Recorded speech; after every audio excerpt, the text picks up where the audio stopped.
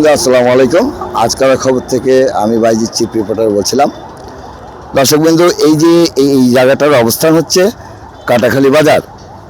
এই কাটাখালী বাজারে এই যে আপনারা দেখতে পাচ্ছেন দর্শকবৃন্দ, এই যে এই রাস্তাটা খুবই যানজট হয়। একটাই কারণ, এটা হচ্ছে অটো এবং অটো রিক্সা।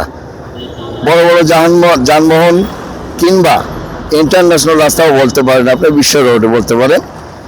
এখানে কোনো রকমের অটো কিংবা রিক্সা দাঁড়ানোর কোনো আইন নেই। এটা সিটি কর্পোরেশন থেকে আদেশ দেওয়া আছে, তবুও আমরা আদেশ অপেক্ষা করে, আদেশ অমান্য করে আমরা অনেক কিছু করে ফেলি। দর্শকবন্ধু, এদিকে লক্ষ্য রাখতে হবে, কারণ পথচারীরা আমাকে নিয়মিত মেসেজ দেয় এবং নিয়মিত বলে যে ভাই কাটাখালী নিয়ে আপনারা একটা প্রতিবেদন কেন করেন না, করেন, এখানে একটু প্রবলেম হয় রাস্তার।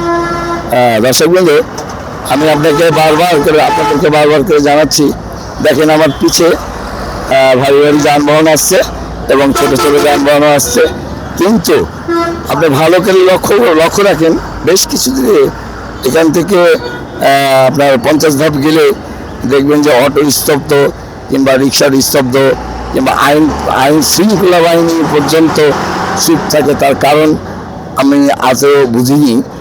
আমি তো রাজশাহীর সন্তান। দর্শকবৃন্দ, আর একটা কথা বলি, আমি বলেই শেষ করব।